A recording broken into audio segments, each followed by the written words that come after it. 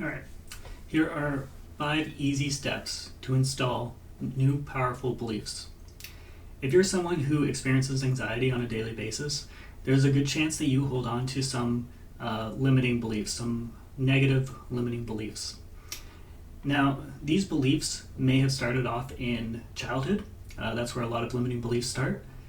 And although they may have been helpful at one point in your life, now that you've reached adulthood, they're keeping you from living the life that you want to live.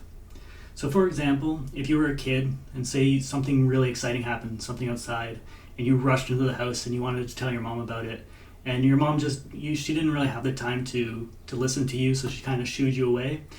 This can cause a negative feeling that you're worthless and what you have to say doesn't hold any value. And then the more evidence that you get to reinforce that idea, the more you're going to believe that limiting belief. And then this limiting belief turns into a habit that you tell yourself, and then pretty soon it follows you into adulthood, where you may actually be an expert at something, and you may actually, other people value your opinion and want to hear what you have to say, and you just can't get yourself to say it and to express yourself because you're still holding on to this limiting belief. Okay? So limiting beliefs aren't always accurate. They don't always reflect the actual world. A lot of them, they would actually crumble if you were to look at them objectively. If you were to hold any evidence to them of is this actually true, they would crumble right away.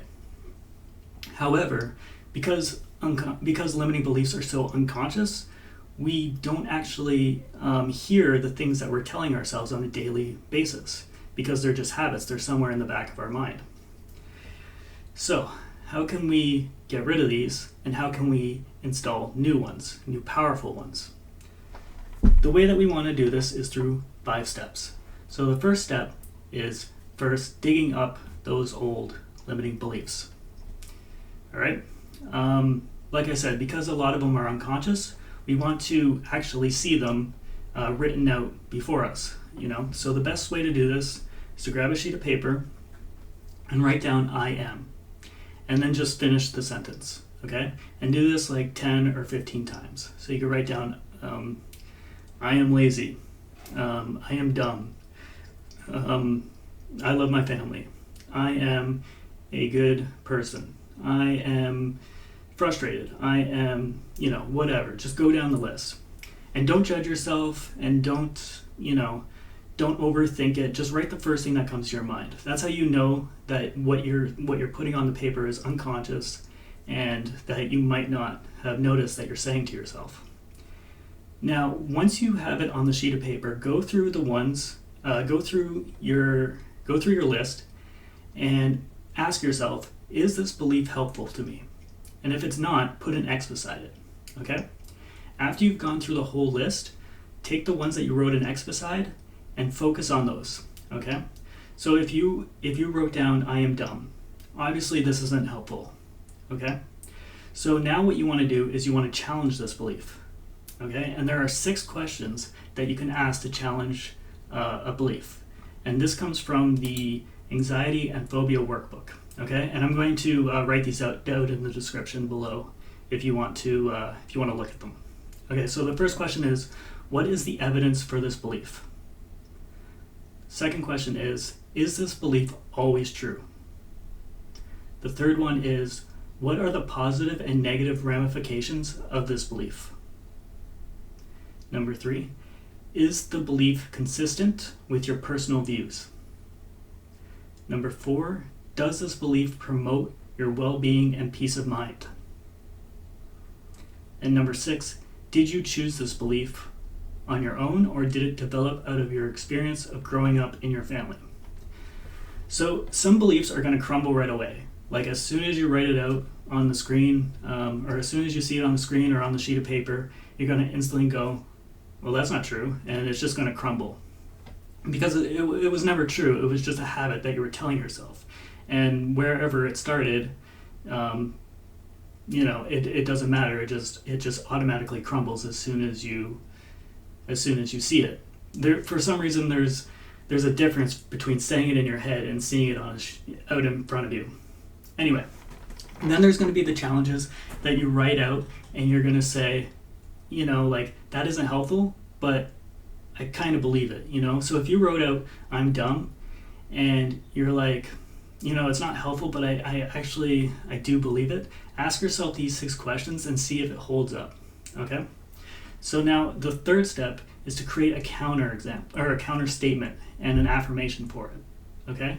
So affirmations are short, simple, positive stated in the first person, okay? So if you were somebody who's put down, I am shy, and you saw that, that's not helpful, so you wrote out, I am a social person.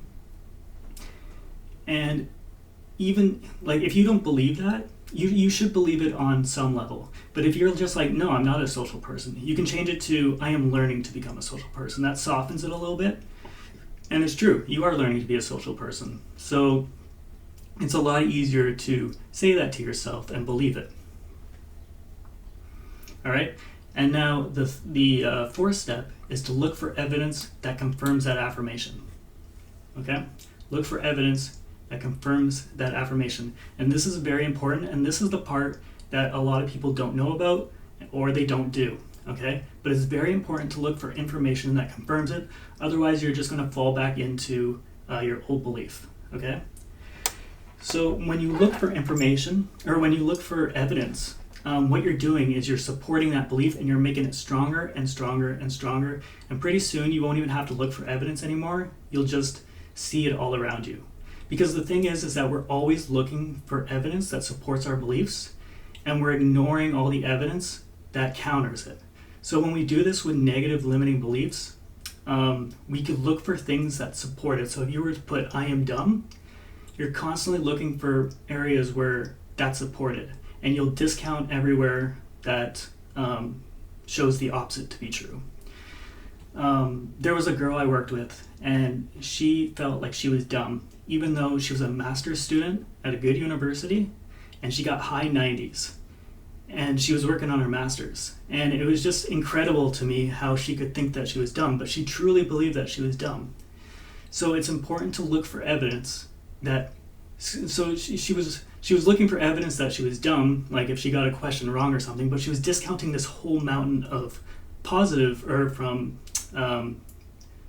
she was discounting a whole bunch of evidence that was confirming that the opposite was true. Okay? So no matter how small or how slight, you have to recognize the evidence of your new affirmation. Okay? No matter how small or how slight. And when you see that evidence, celebrate it. Okay? Lori Hammond, a teacher of mine, she says we recreate what we celebrate. And this is very true.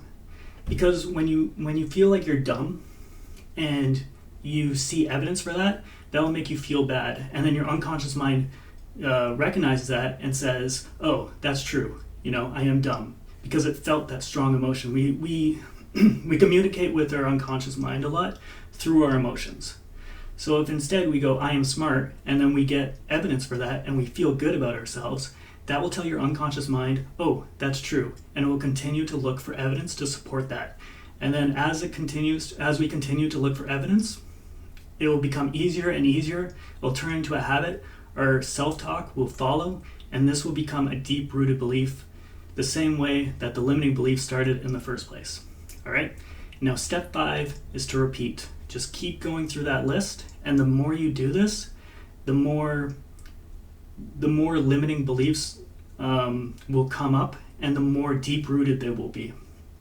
And the more that you do this, the better you'll feel, the more your anxiety will subside, and you will feel amazing.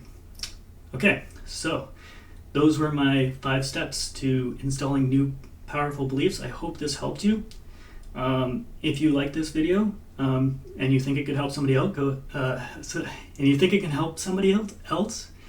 share this video. That would help me out a lot. If you have any questions, leave them in the comments. Otherwise, you can PM me directly. I'll get back to you. My name is Stephen Holmes. I'm a hypnotherapist. I work with people one-on-one. If you have anxiety and you're looking for quick relief, go up to my banner, schedule a strategy call with me. I would love to hear from you.